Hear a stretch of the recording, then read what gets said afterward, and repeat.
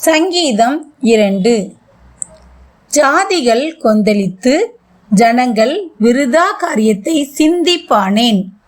கர்த்தருக்கு விரோதமாகவும் அவர் அபிஷேகம் பண்ணினவருக்கு விரோதமாகவும் பூமியின் ராஜாக்கள் எழும்பி நின்று அதிகாரிகள் ஏகமாய் ஆலோசனை பண்ணி அவர்கள் கட்டுகளை அறுத்து அவர்கள் கயிறுகளை நம்மை விட்டு எரிந்து போடுவோம் என்கிறார்கள்.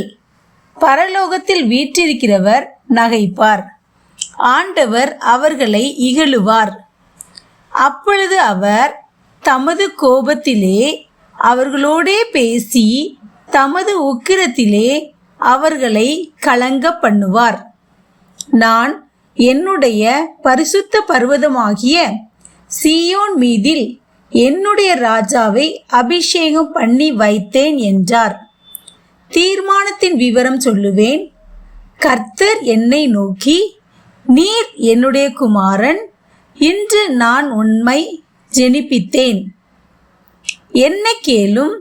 அப்பொழுது ஜாதிகளை உமக்கு சுதந்திரமாகவும் பூமியின் எல்லைகளை உமக்கு சொந்தமாகவும் கொடுப்பேன்.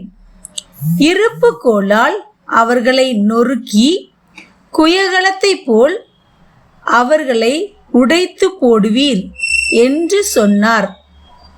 இப்போதும் ராஜாக்களே, உணர்வடையுங்கள். பூமியின் நியாயாதிபதிகளே, எச்சரிக்கையாயிருங்கள். பயத்துடனே கர்த்தரை சேவியுங்கள், நடுக்கத்துடனே களி கூறுங்கள். குமாரன் கோபம் கொள்ளாமலும் நீங்கள் வழியிலே அழியாமலும் இருக்கும்படிக்கு அவரை முத்தம் செய்யுங்கள். கொஞ்ச காலத்திலே அவருடைய கோபம் பற்றி எரியும். அவரை அண்டிக் கொள்கிற யாவரும் பாக்கியவான்கள். உங்களுக்கு எங்க பைபிள் ரீடிங் பிடித்திருந்தால் இந்த வீடியோவை லைக் பண்ணி ஷேர் பண்ணி சப்ஸ்கிரைப் செய்து விடுங்கள். நன்றி.